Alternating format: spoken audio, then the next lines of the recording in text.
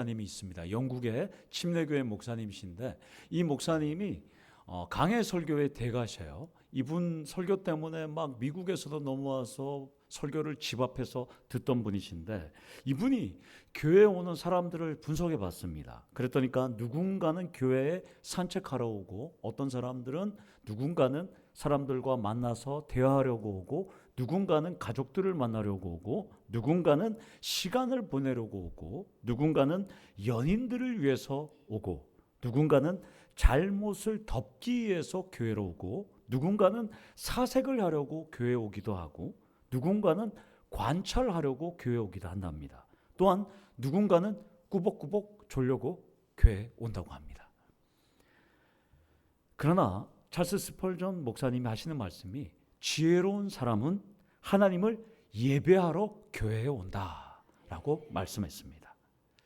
여러분들 이 시간 한번 예배를 자각하는 시간이 되기를 원합니다. 현실을 자각하는 타임이 요즘 신조어로 현타잖아요. 예배를 자각하는 타임은 예타입니다. 여러분 한번 이 시간 예타를 한번 해보셨으면 좋겠습니다. 여러분은 무엇을 위해 이 자리에 오셨습니까?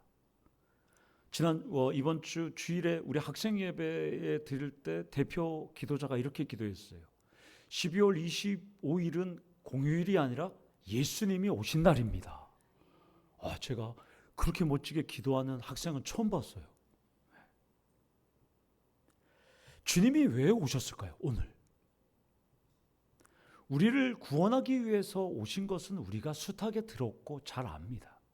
성탄절을 맞이해서 그분이 어떤 분인지 간략하게 한번 조명해 보도록 하겠습니다. 신대원 입시 중에서 가장 많이 나오는 출제 문제가 있거든요. 구약에서 예수님께서 베들레헴에서 태어난다는 성경 구절이 어디에 나오냐? 이것이 신학대학원 신대원의 입시 시험 문제 중에 가장 많이 나오는 문제입니다. 어디일까요? 바로 본문 미가서 5장 2절이에요. 저는 이것을 현타처럼 외웠어요. MOE 이렇게 외웠어요. 여러분들은 평생 잊지 못할 겁니다. MOE 예수님께서 베들레헴에 태어나는 성경 구절 MOE 이렇게 되는 겁니다. 미가는 예수님이 오시기 전 주전 733년부터 701년 그러니까 무려 700년 전에 활동하던 선지자입니다. 이 미가 선지자가 활동한 당시에는 북이스라엘과 북왕국과 남유다는 태평성대였어요. 아주 잘 살았어요. 이 당시만 해도. 그러다 보니까 너무 잘 살다 보니까 정치적, 사회적, 종교적으로 타락했던 시대입니다. 그러니까 하나님께서는 미가 선지자를 통해서 북이스라엘 너희들은 멸망할 것이다. 결국 그들은 아수르에 의해서 멸망하게 되지 않습니까? 그리고 남유다 너희들은 포로로 끌려갈 것이다. 예루살렘은 멸망하고 이런 예언의 말씀을 미가 선지자가 전했던 겁니다. 그럼에도 불구하고 하나님은 그 예언의 말씀을 하신 다음에 그래도 하나님의 말씀을 지키는 신실한 남은 자들은 메시아가 와서 너희들을 구원해 줄 것이다 라고 예언했던 내용이 바로 오늘 미가서 5장 말씀이 됩니다. 오늘 예수님께서 태어나신다는 이 장소 베들레헴 에브라다야 이러지 않습니까? 이게 원문으로 얘기하면 에브라다에 있는 베들레헴에서 태어난다 이런 뜻입니다. 그러니까 에브라다에 있는 베들레헴. 따라서 오늘 이 말씀에 보면 첫 번째로 예수님은 화려한 성지 예루살렘이 아니라 작은 촌락에서 탄생하신다라고 지금 예언하고 있습니다. 2절에 작을지라도라는 이 히브리어 차이르 단어는 중요하지 않은 어린 이런 뜻입니다. 그러니까 베들레헴은 당시에 성지 예루살렘, 성전이 있는 예루살렘에서 남쪽으로 학자들마다 차이가 좀 있지만 거리를 재다 보니까 8km에서 10km 남쪽에 있습니다. 예루살렘에서. 당시나 그렇고 지금도 그렇고 아주 작은 도시입니다. 베들레헴이. 그런데 이렇게 중요하지 않는 도시에 예수님이 메시아가 온다고 지금 말씀합니다. 베들레헴은 제가 계속 새벽 기도에도 또 말씀드리지만 베들레헴은 집을 뜻하는 베이트와 빵을 뜻하는 레헴이 결합된 합성어입니다. 그러니까 메시아가 빵집, 우리로 말하면 그렇죠, 베이커리에 생명의 빵이신 분이 오신 거예요. 그리고 예수님이 베들레헴에 올 수밖에 없어요. 이름 자체가 빵집에 생명의 빵이 오실 수밖에 없는 것이죠. 이 베들레헴은, 이곳은 다윗이 태어나고 자란 곳입니다. 그리고 룻기의 배경이 되는 곳이기도 하고요. 이것은 우리가 지금 새벽에 살펴보고 있지만 다음 주쯤에는 살펴보겠지만 라헬이 베냐민을 낳다가 죽고 묻힌 장소가 바로 이 베들레헴이 되기도 합니다. 아주 작은 촌락이지만 성경에서 보면 아주 뜻깊은 장소고 메시아가 예수님이 오신 아주 탄생 장소가 됩니다. 이것을, 이 땅은 그렇고 2000년 전은 그렇다 치더라도 이것을 우리 교회에 한번 제가 크리스마스 성탄절을 맞아서 적용해 보겠습니다. 우리도 베들레헴처럼 화려하지 않고 소박하고 작은 교회입니다. 그러나 예수님이 이곳에 강림하시면 베들레헴처럼 우리도 강렬한 장소가 된다는 것입니다. 사랑하는 성도 여러분, 2024년 성탄절을 맞이해서 포항 지역 수많은 교회 중에서 우리는 비록 베들레헴 같은 작은 촌락, 중요하지 않고 어린 교회이지만 우리도 예수님이 함께 하시면 하나님의 역사가 날마다 일어나는 더치온 교회가 되기를 간절히 소망합니다. 무엇보다 여러분들의 가정, 일터, 직장, 사업장도 예수님이 함께 하실 때 베들레헴과 같은 강렬한 장소가 되기를 축원합니다. 두 번째로, 예수님은 작은 곳에서 탄생하시지만 이스라엘의 왕이라라고 지금 본문은 말씀합니다. 2절에 보면 이스라엘을 다스릴 자가 베들레헴에서 나온다는 것이죠. 그러니까 다스린다라는 것은 왕이지 않습니까? 통치자. 여러분도 잘 아시겠지만 통치자인 왕은 백성을 다스리는 거잖아요. 백성이 어려움이 있을 때, 또한 국가가 위기 상황에 있을 때 왕은 구원하기 위한 노력은 물론 때로는 국가와 국민을 위해서 전쟁까지 불사할 정도로 왕은 국민을 구원해야 됩니다. 그래서 이스라엘의 왕이신 하나님은 출애굽의 그 탈출 여정 속에서 이집트 바로 왕을 치셨잖아요. 그리고 수많은 가나안 족속과 미디안 족속과 수많은 가나안 족속을 하나님께서는 치셨습니다. 그것은 하나님이 이스라엘의 왕이시기 때문에 여호와의 칼로 수많은 이민족들을 굴복시켜 주셨다는 것입니다. 그 왕이 2000년 전에 이 땅에 오셨습니다. 첫사람 아담 때문에 타락했던 인류를 구원하기 위해서 그 왕이 오셨습니다. 어저께 여 선교회가 그 선글라스를 끼고 왕이 오셨다. 그 왕이 2000년 전에 오셨다는 것입니다. 우리 원수 사탄과의 싸움에서 승리하기 위해서 평화의 왕이 오셨다는 것입니다.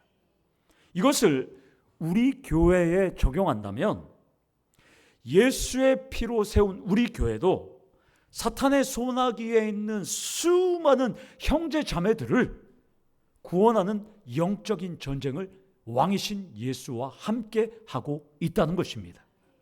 사랑하는 성도 여러분, 2024년 성탄절을 맞이해서 포항 지역의 수많은 교회 중에서 그들은 구원의 영적 전쟁에서 이제는 배불러서 가만히 있다고 해도 이제 우리가 구원의 영적인 전쟁에 가장 예수님과 함께 선봉에 서는 교회가 되기를 소망합니다. 그때 하나님은 우리에게 하나님의 자녀들을 붙여 주신다는 것입니다. 왕과 함께하는 2025년에 더치온 교회가 되기를 축원합니다. 세 번째로, 예수님은 근본이 영원계에 있다고 지금 속하신 분이라고 말씀합니다. 2절 하반절을 보면 그의 근본은 상고에 영원에 있느니라. 상고에라는 이 히브리어 미게딤이라는 이 단어는 장소를 의미할 때는 동방의 이런 뜻인데 이것을 시간적으로 얘기하는 부사로 얘기하면 이거는 오래전 이런 뜻이에요. 그러니까 예수님은 오래전부터 계셨다라고 지금 말합니다. 그러니까 영원과 같은 개념입니다. 그러니까 미가 선지자를 통해서 700년 후에 오실 메시아는 영원 전부터 계신 분이라고 지금 미가 선지자는 예언하고 있는 것입니다. 이것을 전문용어로 그리스도의 선제성, 먼저 계심 이렇게 의미합니다. 예수님은 옛적부터 계신 분인데, 하나님과 함께 계신 분인데 우리를 위해서 2000년 전에 오실 분이고, 미가 선지자가 봤을 때는 700년 후에 오실 분이라는 것이죠. 이것을 여러분 삶에 적용한다면 예수님은 오래전, 영원 전부터 여러분들을 알았고 은혜로 구원하시기로 예정하셨고, 또한 구원하시기로 여러분들을 창조전부터 선택하셨다는 것입니다. 이것이 바로 예정설과 선택설이 되는 것입니다. 그렇다면 우리 삶은 매 순간 감사가 넘쳐나야 돼요. 내가 예수를 믿고 내가 구원받은 줄 알았는데 예수님이 창조전부터 계셨고 그분이 나를 구원하기로, 은혜 베풀기로 예정하시고 구원하기로 선택하셨다는 것입니다. 그런데 왜 그렇게 우리는 먹고 살고 사는 게 힘든지 기도할 때만 겨우 감사할 뿐이라는 것입니다. 사랑하는 성도 여러분, 감사의 생활화를 실천하시기를 원합니다. 이 순간 이후부터 이제 예수님께서 영원 전에 나를 선택하신 그 예수님의 사랑을 감사하기를 원합니다. 옆 사람 한번 툭 찔러 보십시오. 감사가 터져 나와야 돼요. 우리 교회는 담임 목사가 앞으로 탁 찌르면 감사합니다, 이게 터져 나와야 돼요. 왜 감사합니까? 예수님께서 2000년 전이 아니라 영원 전부터 나를 선택하셨다는 것이죠. 아멘. 네 번째로, 예수님이 오시기 전까지는 이스라엘을 열방에 압제해 둔다라고 지금 말씀합니다. 3절 상반절에 보면 그러므로 여인이 해산하기까지 그들을 붙여 두시겠고 라고 합니다. 여기서 여인은 미가서 4장 9절에서 10절에 의하면 여인은 이스라엘입니다. 이스라엘. 이 여인을 붙여두다라는 이 나타는 하나님께서 허락하다, 허용하다, 주다 이런 뜻이에요. 그러니까 하나님께서 열방에게 이스라엘을 허락하니까 그들의 압제를 받는 것이지, 하나님께서 허락하지 않으면 그들이 압제를 받을 필요가 없다는 것을 지금 의미합니다. 따라서 이스라엘은 아수르, 바벨론, 헬라, 로마 같은 제국의 지배를 받았던 것은 하나님께서 나타난 주셨기 때문에 그들은 지배를 받았다는 것입니다. 그러나 그들이 지배는 받지만 예수님이 오시면 그 압제에서 그들은 해방될 것이다 라고 지금 예언하고 있습니다. 그러나 이스라엘은 하나님 뜻과 생각이 달랐어요. 그들은 메시아가 우리가 잘 알다시피 군사적인 메시아로 올 줄 알았습니다. 다윗같이 우리를 해방시키고 우리를 위해서 싸울 전투적인 메시아로 그들은 알았던 것입니다. 그러나 하나님은 그것이 아니었습니다. 예수님이 오셔서 사탄에게 붙잡힌 우리들을 해방시키기 위해서 예수님은 평화의 속죄 제물로 오셨다는 것입니다. 무엇보다도 3절 하반절에 보면 그의 형제 가운데 남은 자가 이스라엘 자손에게도 돌아오리니, 메시아가 오시면 돌아오는 자들이 많다라고 지금 말씀합니다. 이것을 우리 교회와 여러분 삶에 적용한다면 여러분의 가족들, 믿지 않는 형제 자매들, 믿지 않는 부모님, 믿지 않는 자녀들이 이제 돌아온다는 것이죠. 성탄절에 매년, 올해는 없었지만 지금 시국이 어수선해서 매년 성탄절만 되면 성탄절 특사가 있습니다. 우리 교회도 오늘 열심히 기도하셔서 여러분 전도하셔서 성탄절 특사들이 1명, 2명, 10명, 100명 많아지는 교회가 되기를 축원합니다. 다섯 번째로, 예수님은 군림하는 세상 왕과 달리 양떼를 목축하듯이 통치하신다라고 본문은 말씀합니다. 4절 상반절에 서서 목축하니 이렇게 말합니다. 여러분 알다시피 세상 왕은 민심과 상반된 통치를 합니다.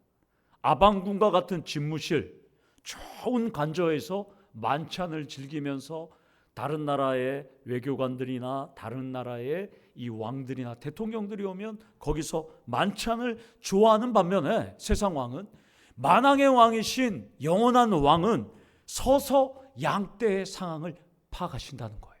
우리 예수님은. 무엇보다도 세상 통치자는 권력을 유지하기 위해서 백성을 힘으로 다스립니다. 군대를 동원하기도 합니다. 러시아 푸틴과 같이 힘이 약한 우크라이나를 침범하기도 합니다. 그렇게 해서 전쟁을 일으켜서 상처와 아픔을 줍니다. 세상의 통치자는. 결국 북한군과 같이 지금 수천 명이 죽었다 하지 않습니까? 우크라이나에 가서. 그렇게 백성들만 희생한다는 것입니다. 반면에 영원한 왕은 군림하고 사람들을 강제로 동원하고 전쟁을 일으키지 않고 세상 왕과는 달리 영원한 왕 메시아는 평화, 화목, 화평을 위해서 이 땅에 오셨고 죽기까지 낮아지셨고 부활하신 그분은 지금도 여러분들을 걱정하고 있다는 것입니다. 메시아는 자신의 이름을 드러내기 위해서 정치적인 쇼, 무력적인 충돌, 진압, 계엄을 하지 않는다는 것이죠. 하나님의 능력과 하나님의 이름을 드러내기 위해서 메시아는 희생할 뿐이라는 것입니다. 그렇다면 성탄절을 맞은 우리도 메시아인 예수님을 전하면서 하나님의 능력과 이름을 예수님처럼 드러내셔야 한다는 것입니다. 여러분들은 세상 왕과 권력과 달리 예수님처럼 낮아지심의 희생과 헌신과 사랑의 삶을 살아가시는 우리 성도들 되기를 축원합니다. 여섯 번째로 예수님이 오심으로 하늘에 속한 신령한 능력과 은혜가 땅으로 쏟아진다라고 지금 말씀합니다. 4절 하반절에 그가 창대하여 땅끝까지 미치리라 라고 지금 말씀합니다. 창대하여 이 이그달은, 이 히브리어 이그달은 미완료입니다. 그러니까 메시아가 오시면 하나님이 메시아를 위대하게 하신다라는 뜻이에요. 그러니까 미가 선지자는 벌써 메시아가, 위대한 메시아가 오지만 700년 후에 그 메시아가 오면 하나님이 그를 위대하게 만든다고 지금 예언하거든요. 그 위대하게 만든 게 뭘까요? 위대함의 핵심은 바로 부활이었습니다. 이때까지만 해도 사람이 살아난다는 것을 알 수가 없잖아요. 그래서 우리 기독교는 부활이 있는 유일한 종교입니다. 세상 종교는 부활이 없습니다. 누가 예수님을 왕으로 사모하고 우리는 인정할 수 있을까요? 여러분들이 사모하는 메시아는 반드시 평화의 왕이어야 됩니다. 내가 만약에 메시아다 하면서 군림하고 사람들을 압박하고 압제한다면 백발백중 그는 가짜입니다. 예수님처럼 희생하고 헌신하고 죽기까지 사랑해야지만 그분이 메시아라는 것입니다. 이것을 우리 교회와 여러분 삶에 적용한다면 예수님이 여러분과 나와 함께할 때 이삭과 같이 여러분들은 하늘의 신령한 능력으로 여러분들은 창대해진다는 것입니다. 또한 야베스와 같이 우리의 지역이, 우리의 땅이 땅끝까지 이르러 축복의 땅이 된다는 것을 약속한다는 것입니다. 사랑하는 성도 여러분, 부활의 예수 그리스도만 믿으며 달려갈 때 하늘에 속한 신령한 능력과 은혜가 여러분 삶에 오늘 이 말씀처럼 쏟아지기를 원합니다. 예수를 더 사랑하고 예수만 신뢰할 때 땅끝까지 그 은혜가 미치는 여러분 삶이 되기를 축원합니다.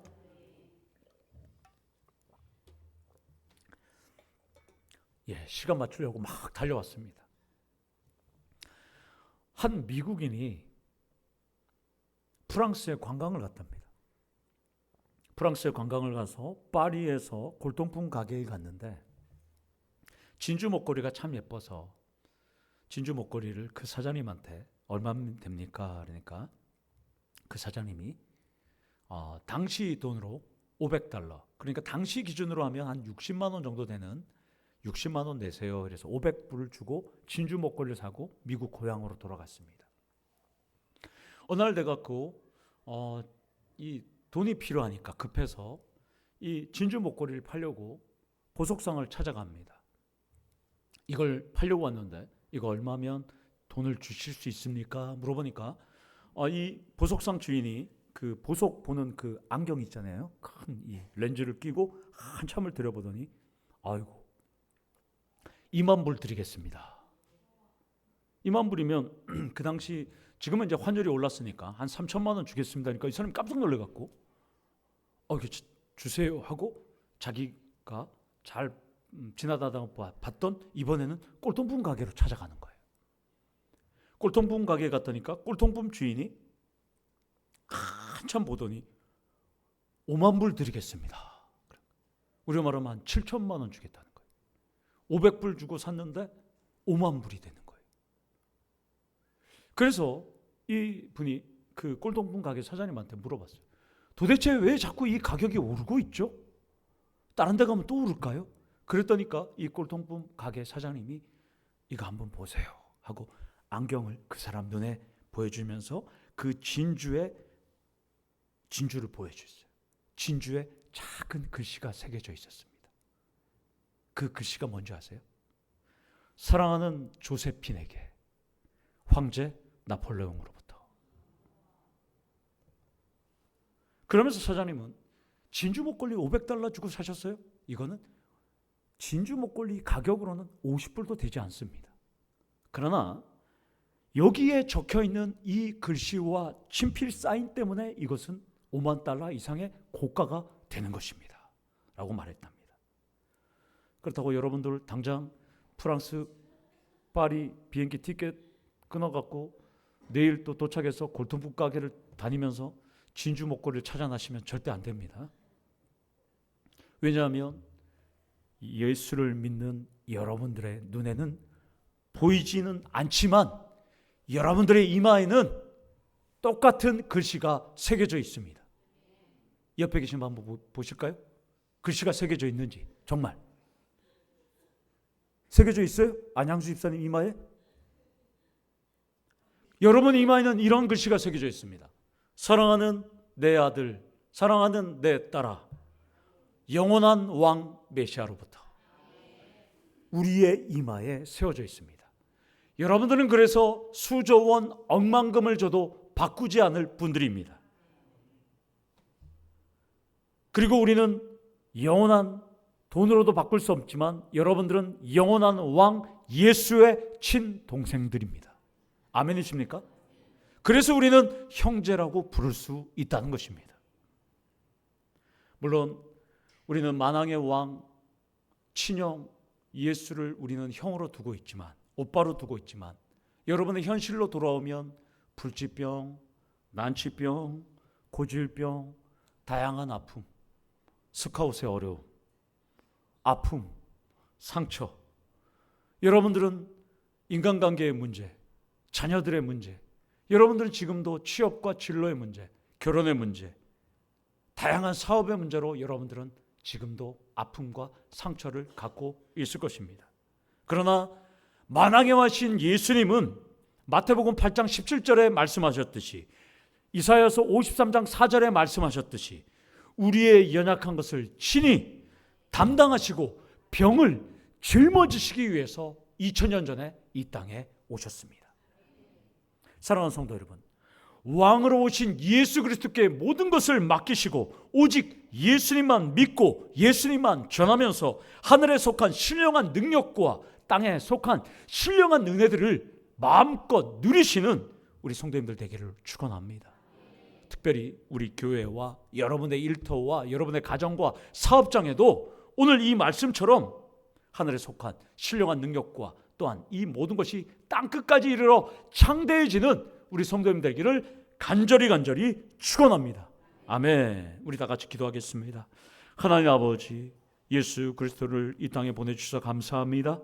그 예수님만 믿사오니 우리에게 하늘에 속한 신령한 은혜와 하나님의 복을 허락하여 주시옵소서. 예수님의 이름으로 기도드리옵나이다. 아멘.